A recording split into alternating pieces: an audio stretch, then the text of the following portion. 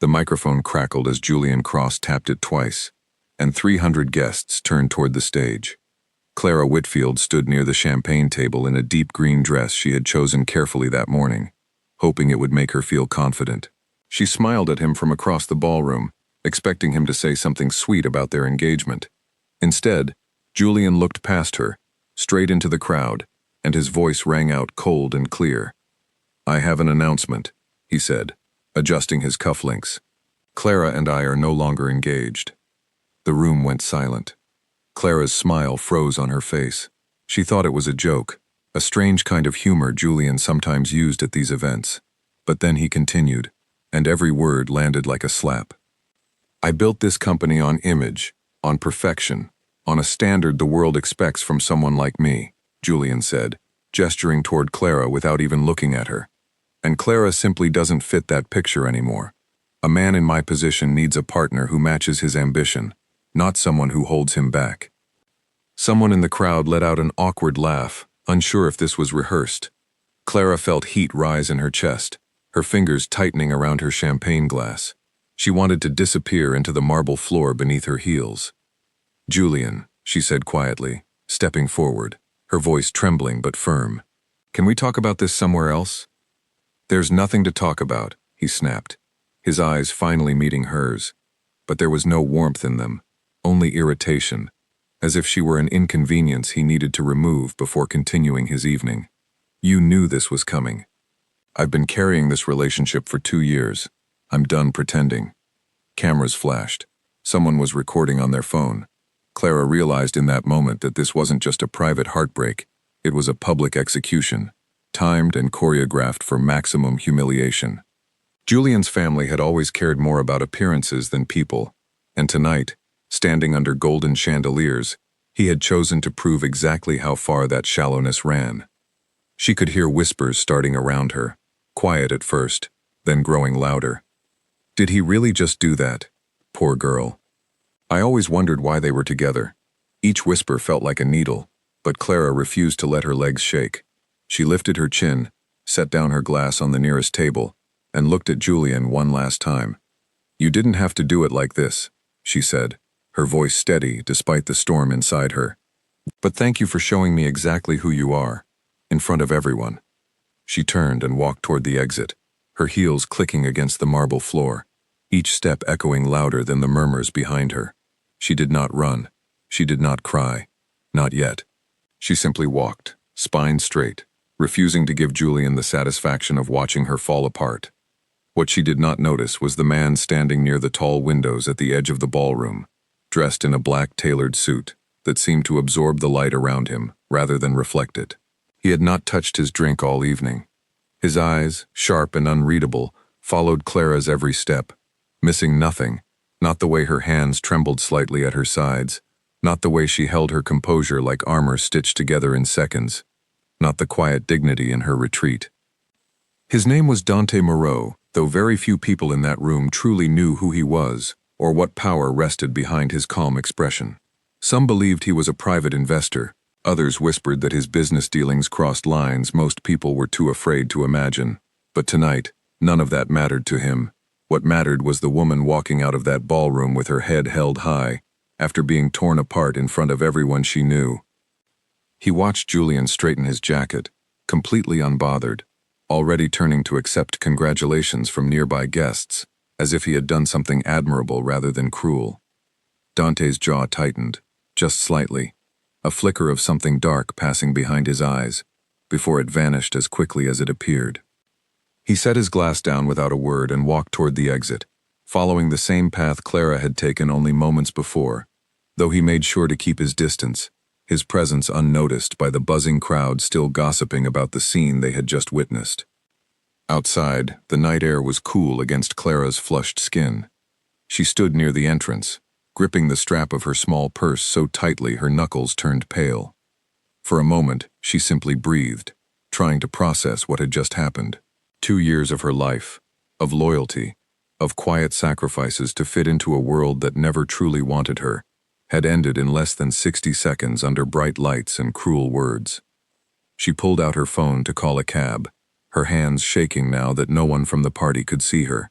As she scrolled through her contacts, she noticed several missed messages already flooding in.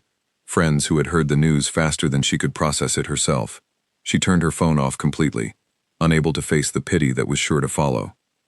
A car rolled quietly to the curb of a side street a block away, black and unassuming, but Clara did not walk toward it. She had no idea a decision was already being made inside that vehicle, one that would change the course of her life far beyond tonight's humiliation. Clara found a small diner 2 streets away, its neon sign flickering weakly against the night sky. She had come here before, back when she and Julian first started dating, back when he still smiled at her like she mattered. It felt strange to return alone now, carrying the wreckage of everything they had built. She slid into a booth near the window, ordering a cup of coffee she didn't really want, just something to hold on to. The waitress, an older woman with kind eyes, glanced at her tear-streaked makeup and simply said, "Rough night, honey?" Clara managed a small nod, unable to form words yet. She stared out the window, watching cars pass by, replaying Julian's words over and over in her mind. A man in my position needs a partner who matches his ambition. She wondered how she had missed the signs, how she had convinced herself that his coldness was simply stress from work, that his distance was temporary. Looking back now, she realized he had never truly seen her as an equal, only as someone convenient, until something or someone better came along. The bell above the diner door chimed, and Clara barely looked up, assuming it was just another late-night customer. But when a figure settled into the booth across from her, without asking permission, she blinked in surprise, recognizing the man from the ballroom, the one who had been standing quietly by the windows. "You were at the party," she said, her voice hoarse from unshed tears. "I was," Dante replied simply, his tone calm, almost gentle, though something steady and unshakable lingered beneath it. Clara straightened, suddenly self-conscious about her smudged makeup and trembling hands. "Look, if you're here to offer sympathy, I really don't need it right now." "I'm not here for sympathy," he said, studying her carefully. "I'm here because what I saw tonight was interesting." "Interesting," Clara repeated, a humorless laugh escaping her lips. "I just got dumped in front of 300 people. I'm not sure interesting is the word I'd choose." "You didn't cry," Dante said simply. "You didn't scream, or beg, or fall apart in front of everyone who was waiting to see you break. That takes more strength than most people in that room will ever have." Clara studied him carefully, trying to understand why a stranger would follow her out into the night, just to say something like that. There was something unsettling yet oddly comforting about his presence. A stillness that made her feel like the chaos of the evening couldn't touch her while he sat across from her. "Who are you?" she asked finally. "Dante Moreau," he said, extending a hand briefly before withdrawing it, as though he wasn't used to such simple gestures. "And you're Clara Whitfield, I believe. Julian mentioned your name a few times in meetings, though clearly he never understood what he had." Clara's cheeks flushed at the mention of meetings, curious how this man knew Julian at all, but too exhausted to press further tonight. She wrapped her hands around her coffee cup, letting the warmth ground her. "I don't know what you want from me," she admitted quietly, "but I appreciate you not treating me like something broken." "You're not broken," Dante said, his voice firm. "You're just standing at the edge of something new, even if you don't see it yet." Clara didn't respond right away, unsure what to make of the strange comfort in his words. Outside, the city moved on as if nothing had happened. Cars honking, people laughing on the sidewalk, completely unaware of the quiet moment unfolding inside a small diner between 2 strangers whose lives were about to become tangled in ways neither of them could yet imagine. "Why did you really follow me here?" Clara asked, finally breaking the silence that had settled between them. Dante considered the question for a long moment, as if deciding how much truth she could handle tonight. "Because people show who they truly are when they think no one important is watching. Tonight, I watched a room full of powerful people laugh at your pain, and I watched you refuse to let them win. That tells me more about your character than any conversation could." Clara felt a strange warmth spread through her chest, different from the humiliation still burning beneath her skin. For the first time in years, someone was seeing her, actually seeing her, without comparing her to some impossible standard. "I should probably go home," she said softly, glancing at her phone, though she made no move to leave. Do you have a way to get there? Dante asked, his tone practical now, almost businesslike. I'll call a cab, Clara said, though her voice lacked conviction. Dante reached into his jacket and placed a card on the table between them, simple and unmarked, except for a single phone number. If you ever need anything, call that number. Someone will always answer. Clara stared at the card, unsure why a stranger would offer such a thing after one conversation in a diner. I don't even know what you do for a living, she admitted. That's probably for the best, for now, Dante replied, a faint, unreadable smile crossing his lips as he rose from the booth. Get home safely, Clara Whitfield. Tonight was not your ending. It was simply the closing of a very small chapter. He left before she could respond, disappearing into the night, as quietly as he had arrived, leaving her alone with a business card, a cooling cup of coffee, and the first flicker of curiosity she had felt in longer than she could remember. 3 weeks passed, and Clara's world had shrunk into a quiet apartment, unpaid bills, and a phone that rarely rang anymore. Word of Julian's public breakup had spread across every corner of the business community, and with it came consequences she had never expected. Clients who once respected her sharp mind for numbers suddenly stopped returning her calls. Friends who once laughed with her at dinner parties grew distant, unsure how to act around someone who had become the subject of gossip. Julian had frozen the joint accounts they shared for convenience during their engagement, claiming it was simply a legal formality, while lawyers sorted things out. In truth, Clara suspected it was another small cruelty, a way to remind her of how powerless she had become without his name attached to hers. She sat at her kitchen table one morning, staring at a stack of bills, feeling the walls of her life tightening around her. Her fingers brushed against the small card tucked inside her wallet, the one Dante Moreau had given her weeks ago. She had almost thrown it away a dozen times, telling herself she didn't need help from a stranger with an unreadable expression and a voice that carried more weight than most people's shouting. But desperation has a way of changing decisions, and this morning, staring at numbers she couldn't make add up, Clara finally dialed the number. A calm voice answered on the second ring, neither surprised nor curious about her call. "This is Clara Whitfield," she said, feeling foolish even as the words left her mouth. "Dante gave me this number a few weeks ago." There was a brief pause before the voice replied, "Mr. Moreau will call you back within the hour." True to the word, her phone rang exactly 40 minutes later. Dante's voice was calm and familiar, as though no time had passed since their conversation in the diner. "Clara," he said simply, "I wondered when you would call." "I need work," she admitted, deciding honesty was easier than pretending this was a social call. "I'm good with numbers, with audits, with finding mistakes buried in spreadsheets that nobody else notices. I don't know what you do exactly, but I assumed, given how you carry yourself, that you might need someone like me." Dante was quiet for a moment, and Clara wondered if she had misread the entire situation, if this was simply a foolish mistake born out of desperation. But then he spoke again, his tone thoughtful. "As it happens, I do need someone exactly like you. There's a position available, reviewing financial records for several companies under my management. The pay is generous, and the work requires discretion above everything else. Can you meet me tomorrow afternoon?" Clara agreed before she could talk herself out of it, and the following day found her standing outside a tall glass building downtown, one she had never noticed before despite walking past it countless times. Inside, the lobby was sleek and quiet, staffed by serious-looking men who greeted her with polite nods rather than casual conversation. She was led to an office on the top floor, where Dante sat behind a wide desk, reviewing papers with an intensity that softened only slightly when she entered the room. "Clara," he said, gesturing to the chair across from him, "thank you for coming." "Thank you for the opportunity," she replied, settling into the seat, trying to ignore the nervous flutter in her stomach. Dante slid a folder across the desk toward her, thick with financial documents, spreadsheets, and transaction histories. "These are records from several of my companies. I need someone to review them carefully, looking for anything unusual, anything that doesn't quite add up. Discrepancies, missing funds, irregular patterns. Can you do that?" Clara opened the folder, scanning the first few pages with practiced eyes, her mind already sorting through the numbers like puzzle pieces waiting to be arranged.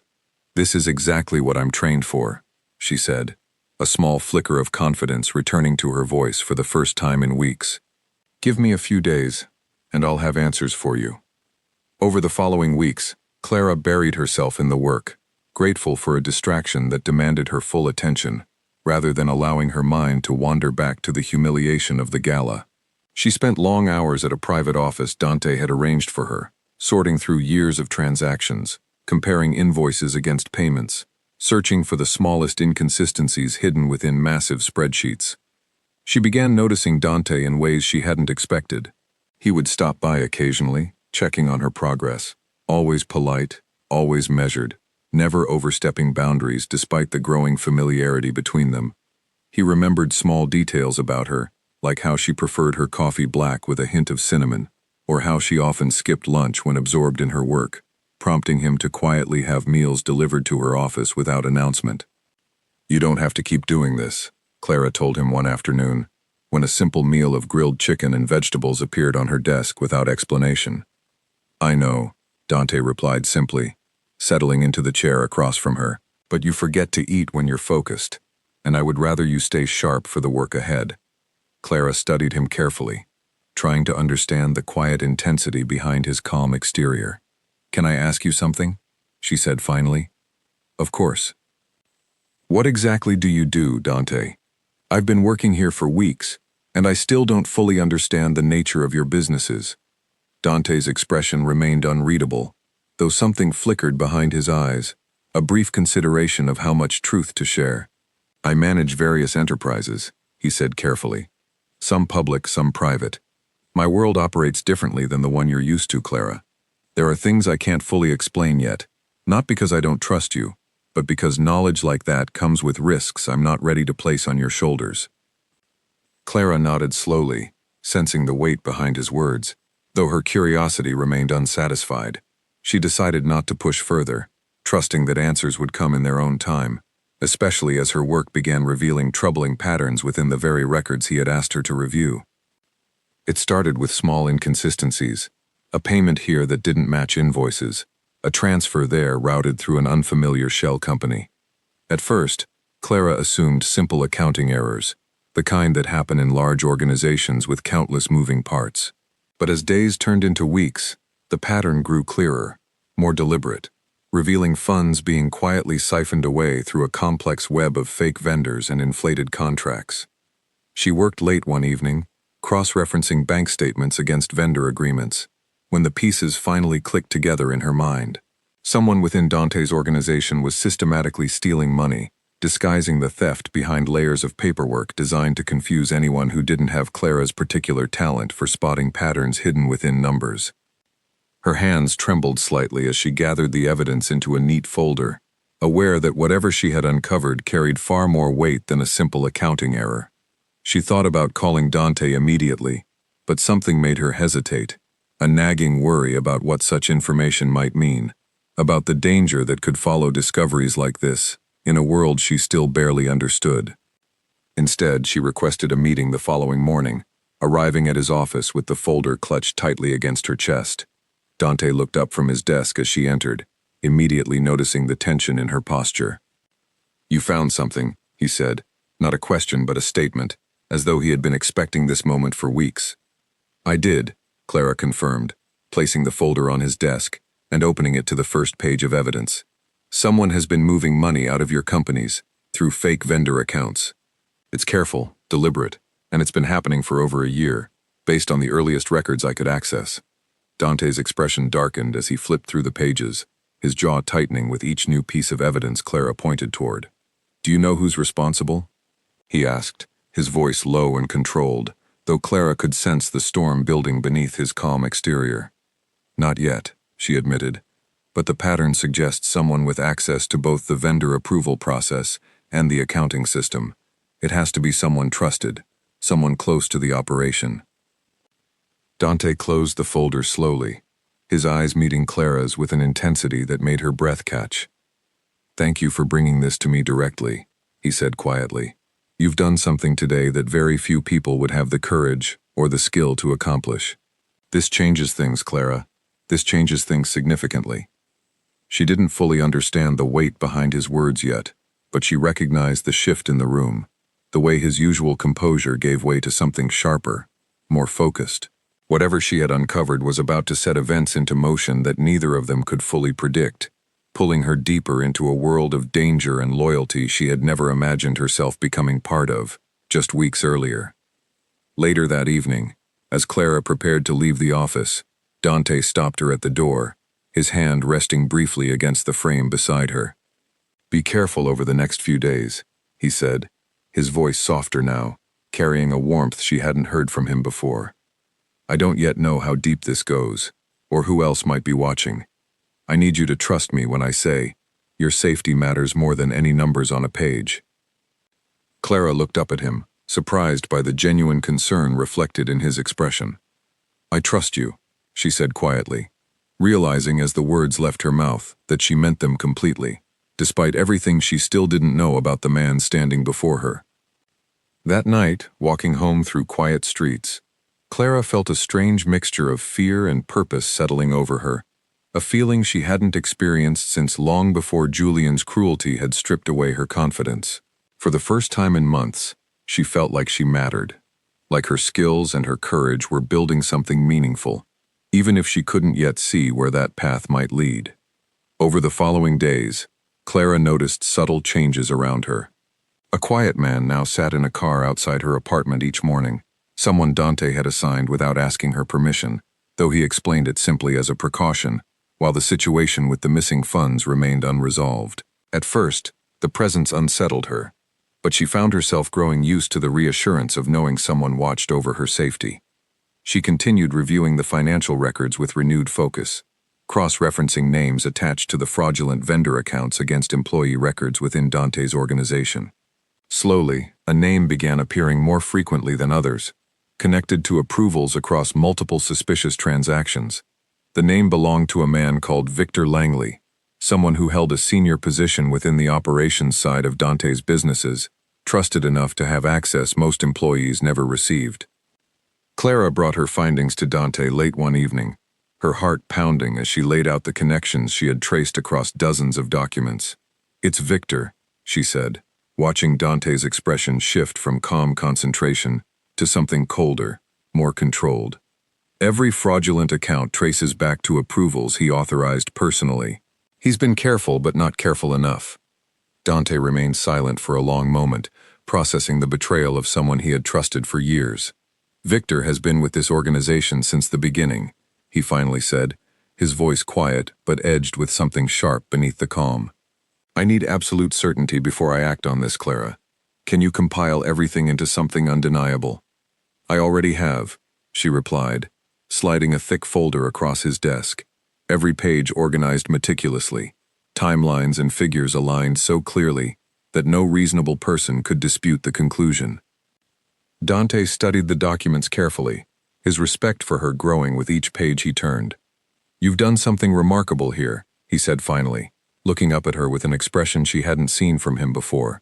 Something warmer, something that made her chest tighten in response. "Most people in my organization wouldn't have the courage to bring me information like this, knowing the risks involved."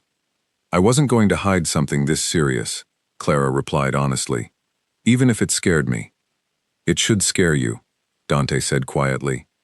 "Because now that you know you're part of this, whether you intended to be or not, I need you to understand what that means before we go any further." Clara held his gaze steadily, refusing to let fear control her decision. "I understand," she said, "and I'm not walking away." Something shifted in Dante's expression then, a quiet respect mixed with something deeper, something neither of them fully acknowledged yet, but both could feel, building steadily between them, with each passing day. Victor Langley disappeared from the company records within a week, his position quietly dissolved without public explanation. Clara never asked what conversation had taken place behind closed doors, sensing that some answers were better left unspoken. What mattered was that the theft stopped, and the organization's finances began stabilizing under her careful oversight. Dante rewarded her diligence with increasing responsibility, trusting her with records that touched nearly every corner of his business empire. As weeks turned into months, Clara found herself settling into a rhythm she hadn't expected to enjoy. She arrived early each morning, reviewing overnight transactions with her coffee in hand, occasionally glancing up to find Dante already at his desk, having arrived even earlier than she had. Their conversations grew longer, drifting beyond business matters into subjects neither of them had planned to share. "Why finance?" Dante asked her one afternoon, leaning back in his chair as she organized a stack of reports. "You could have chosen anything. Why numbers?" Clara considered the question thoughtfully. "Numbers don't lie," she said finally. "People can smile at you while planning your downfall. People can promise loyalty and then abandon you the moment something better comes along. But numbers, they simply are what they are. There's honesty in that, even when the truth they reveal is difficult." Dante studied her carefully, something unreadable passing behind his eyes. "Julian didn't deserve you," he said quietly, the first time he had mentioned her former fiancé directly since their conversation in the diner months ago. Clara's hands paused over her paperwork, surprised by the sudden shift in conversation. "You don't have to say that," she replied softly. "I'm not saying it to comfort you," Dante said, his voice steady and sincere. "I'm saying it because it's true. A man who measures worth by appearance alone will never understand the value of substance. You have more strength in how you carry yourself through difficulty than most people manage to find in an entire lifetime." Clara felt warmth spreading through her chest, different from anything she had experienced during her years with Julian, where he had made her feel like something to be managed, hidden, adjusted to fit expectations. Dante spoke to her as though her presence alone carried weight, as though her worth needed no justification beyond simply existing as herself. Their growing closeness did not go unnoticed within Dante's organization. Some of his closest associates began treating Clara with a respect previously reserved only for Dante himself, recognizing the trust he placed in her judgment. Others watched with quiet curiosity, wondering what exactly was developing between their reclusive leader and the sharp-minded woman he had brought into their world. Meanwhile, across the city, Julian Cross found his own circumstances shifting in ways he hadn't anticipated. The video of his public humiliation toward Clara had spread far beyond the initial gala, circulating through business news outlets and social media alike, painting him as cruel and shallow, rather than powerful and decisive as he had intended. Investors who once respected his aggressive business tactics now hesitated, uncertain about associating with someone so publicly callous. Julian sat in his office one afternoon, reviewing quarterly reports that showed concerning declines across several key accounts. His assistant knocked nervously before entering, delivering news that only deepened his frustration. "Sir, 3 more clients have requested to end their contracts this week," she said carefully, watching his expression darken with each word. "They're citing concerns about public perception following the incident at the gala." "The incident," Julian repeated bitterly, standing abruptly from his desk. "It was a business decision, nothing more. People need to stop treating this like some kind of scandal." "With respect, sir," his assistant continued cautiously, "the public sees it differently. There's been discussion online about your treatment of Miss Whitfield, comparisons to previous complaints about workplace culture within the company. The board is growing concerned about the company's image."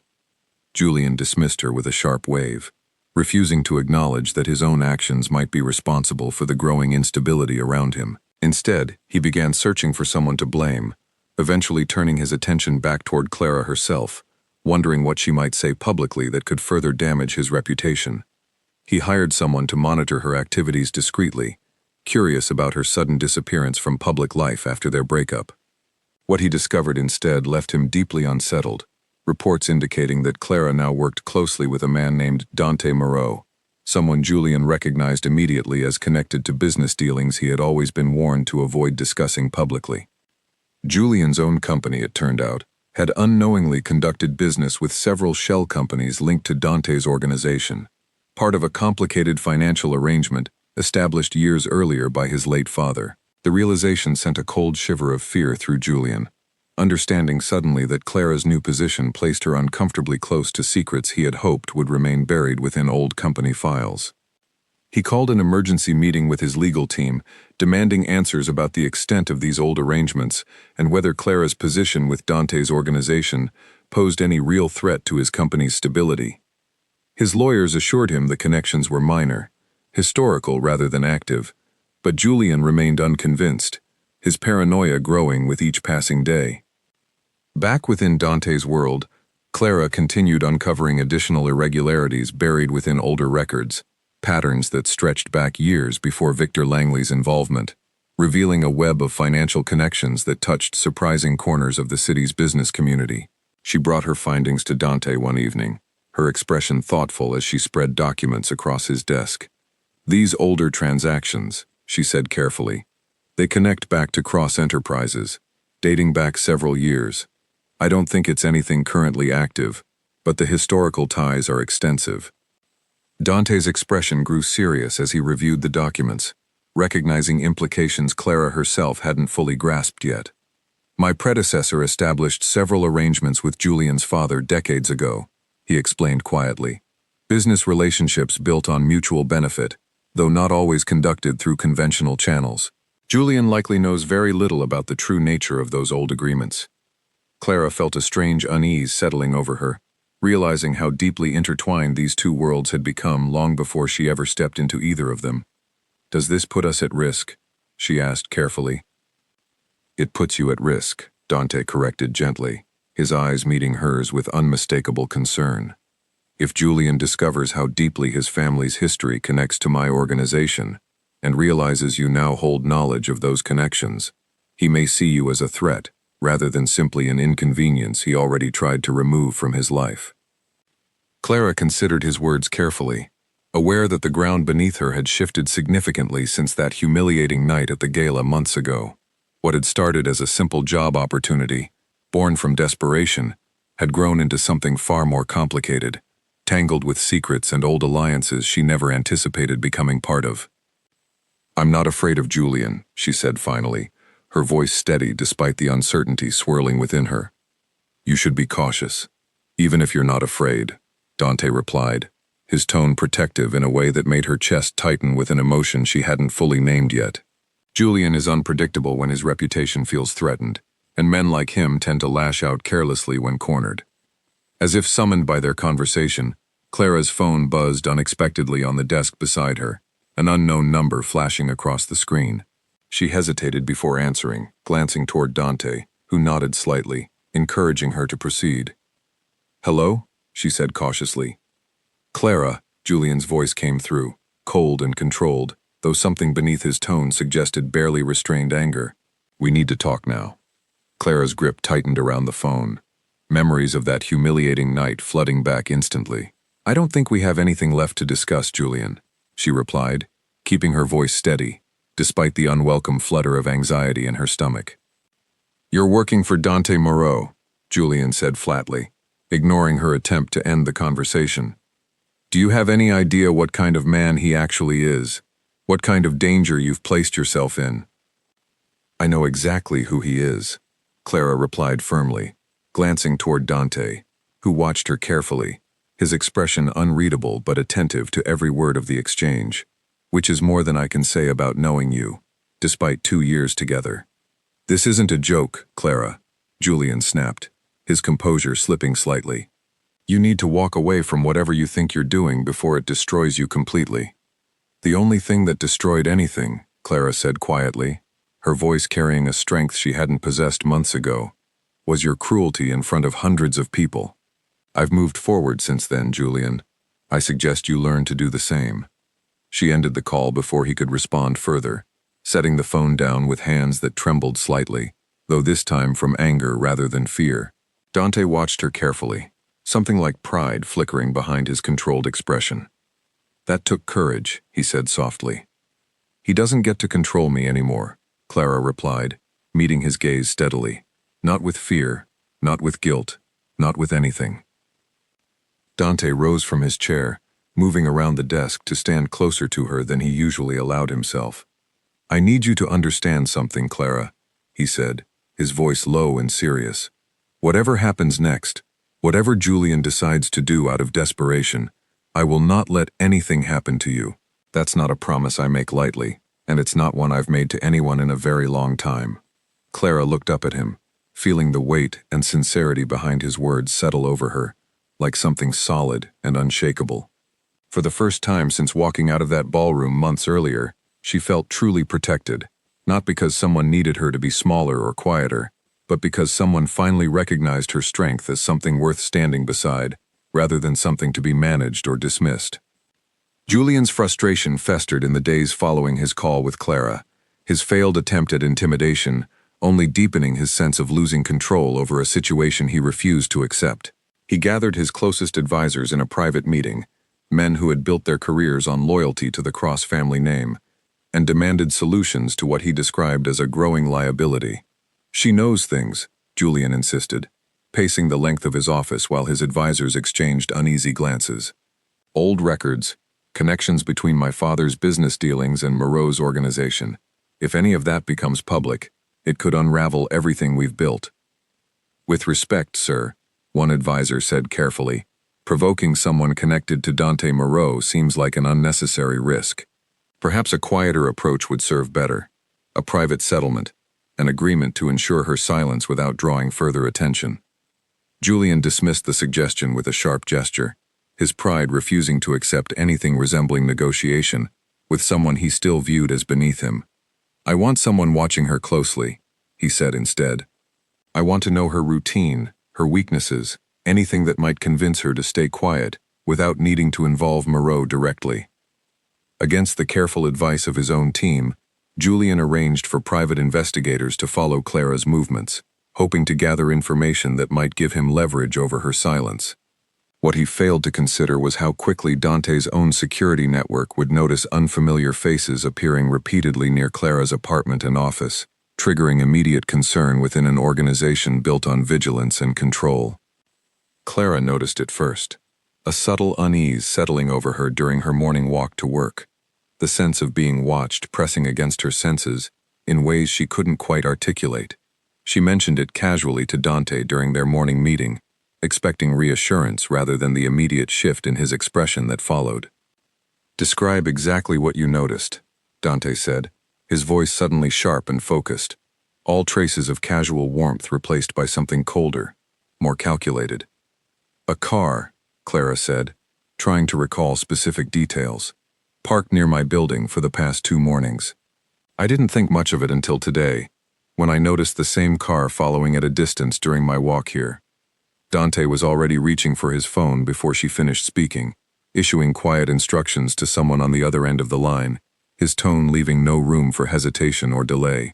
Within minutes, several members of his security team had gathered outside his office, receiving instructions Clara couldn't fully hear, but understood carried significant weight given the tension in the room.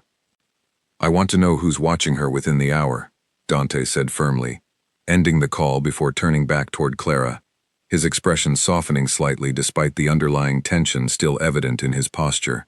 "You're not leaving this building until we understand exactly what we're dealing with." Clara felt a flicker of fear settle into her stomach, though she found herself surprisingly calm given the circumstances, trusting completely in the protection Dante had promised her days earlier. "You think it's Julian," she said quietly, though it wasn't really a question. "I suspect it is," Dante replied honestly.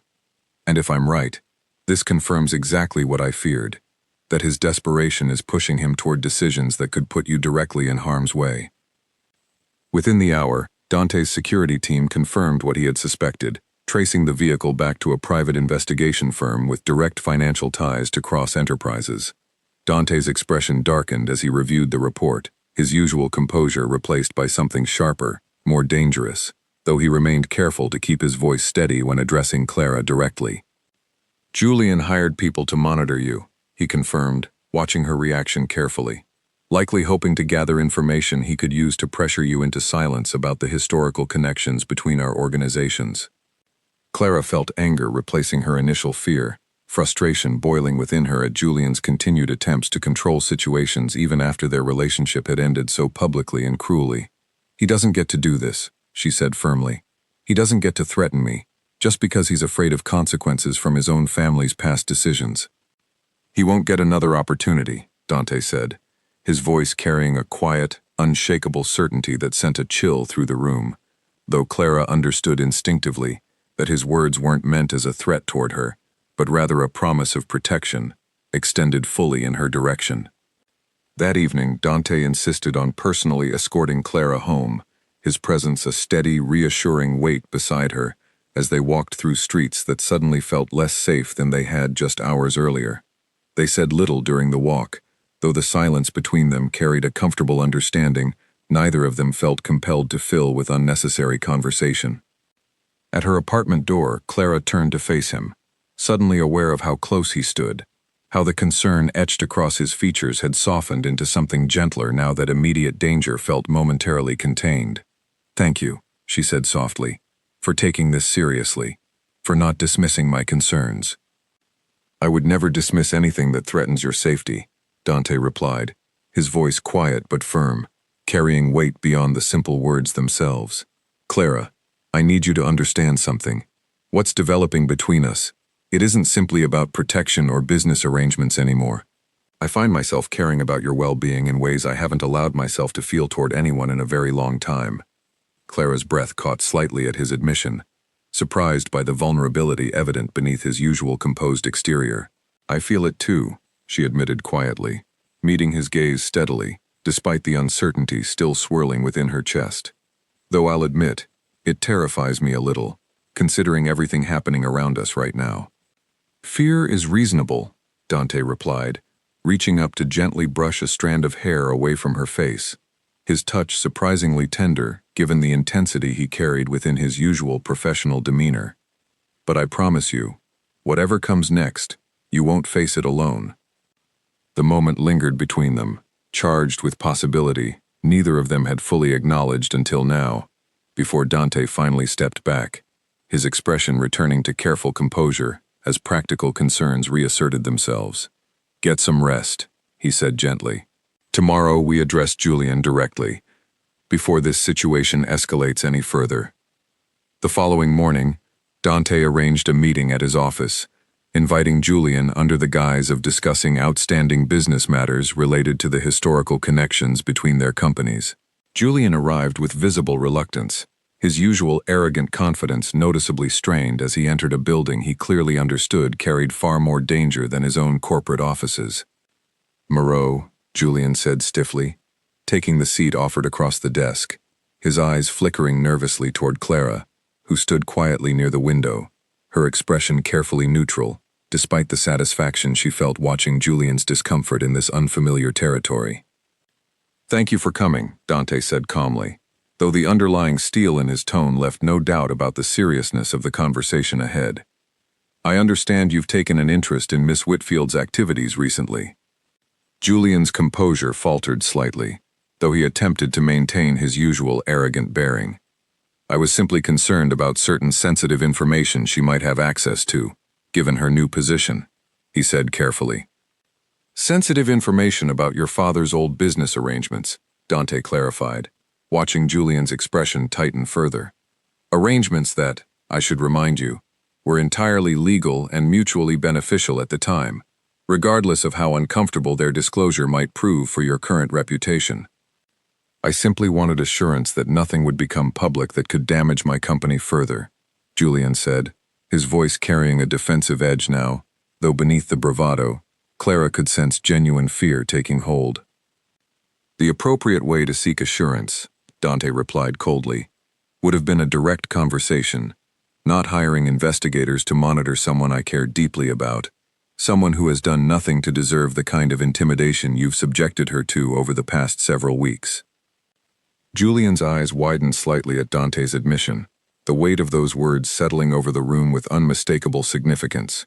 "You care about her," he repeated, something between disbelief and dawning realization crossing his features. "I do," Dante confirmed simply, his gaze steady and unashamed. "Which means any further attempts to intimidate or threaten her will be treated as a direct challenge to me personally, something I suspect you understand carries considerably more risk than simple business consequences." Julian's face paled slightly, understanding fully now the danger he had inadvertently invited into his life through his own paranoid attempts at control. "I understand," he said quietly, all traces of his earlier arrogance evaporating beneath the weight of Dante's calm but unmistakable warning. "Good," Dante said, rising from his desk to signal the meeting's conclusion. "I trust we won't need to have this conversation again." Julian left quickly, his usual confident stride replaced by something considerably more subdued, the reality of his situation finally settling in, as he realized how thoroughly he had underestimated the man now standing between him and any further attempts at control over Clara's silence. Once Julian departed, Dante turned toward Clara, his expression softening from the controlled intensity he had maintained throughout the meeting. "Are you all right?" he asked gently. "I am," Clara replied, feeling a genuine sense of closure settling over her, for the first time since that humiliating night months ago. Watching him realize he can't control me anymore, it felt like finally closing a door I didn't know I still needed to shut.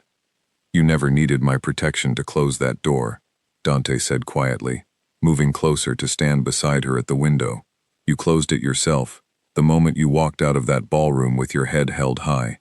Everything since then has simply been you, discovering exactly how strong you already were." Clara turned to face him fully, feeling something settle deeply within her chest, a sense of belonging she hadn't experienced in longer than she could remember.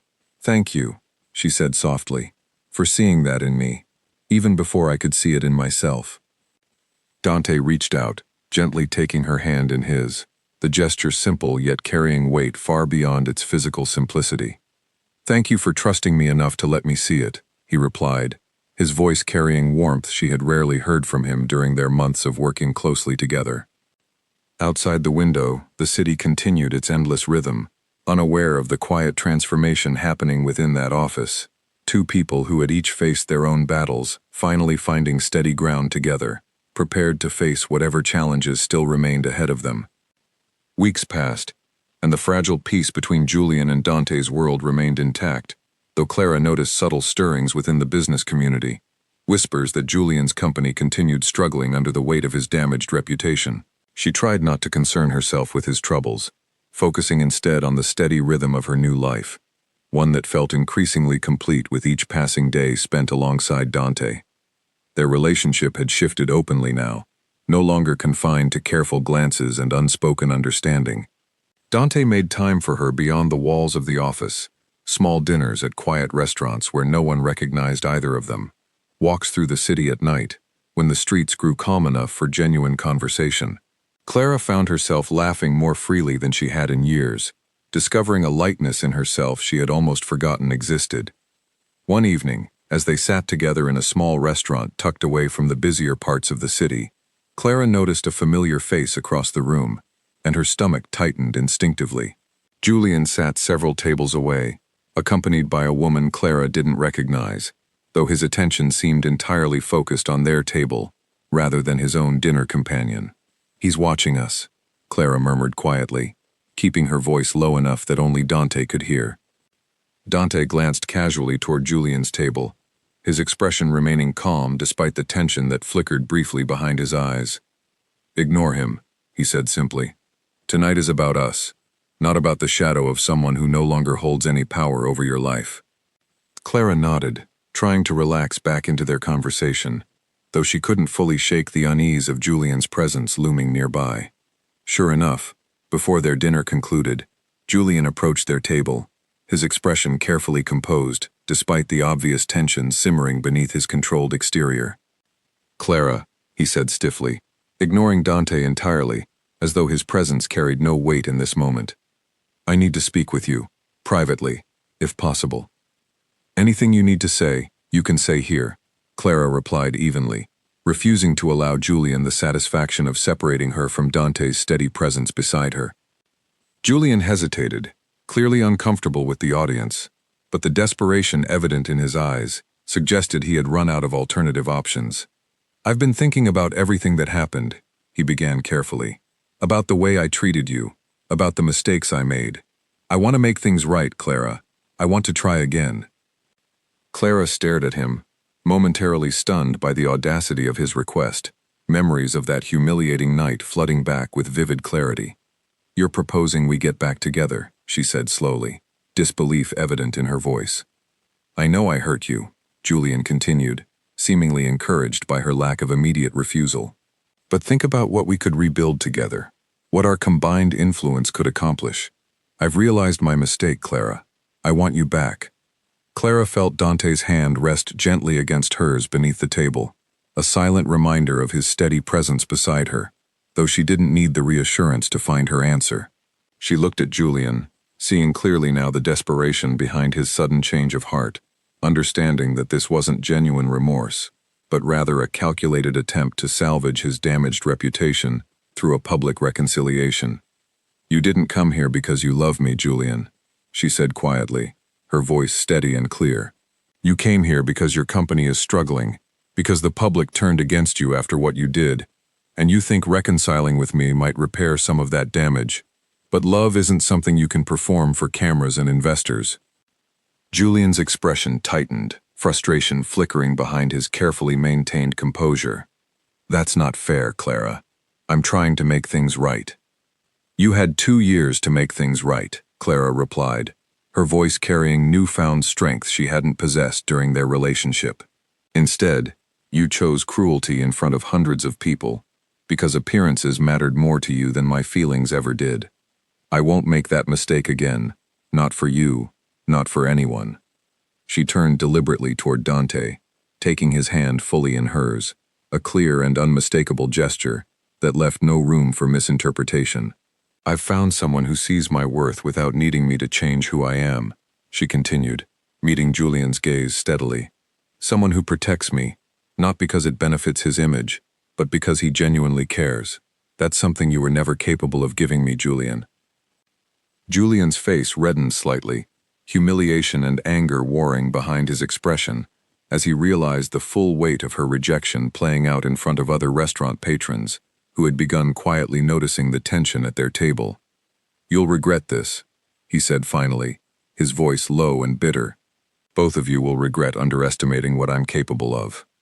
Dante rose slowly from his seat, his calm demeanor carrying an unmistakable warning beneath its surface. "Julian," he said quietly, his voice carrying weight that silenced any further protest immediately. "I would think very carefully before making threats in a room full of witnesses. Clara has made her decision clearly, and I would advise you to accept that with whatever dignity you have remaining." Julian's jaw clenched, but he said nothing further, turning abruptly and walking back toward his own table, his shoulders stiff with barely contained frustration. Clara watched him go, feeling a profound sense of release settling over her, as though the final threads connecting her to that painful chapter of her life had finally been severed completely.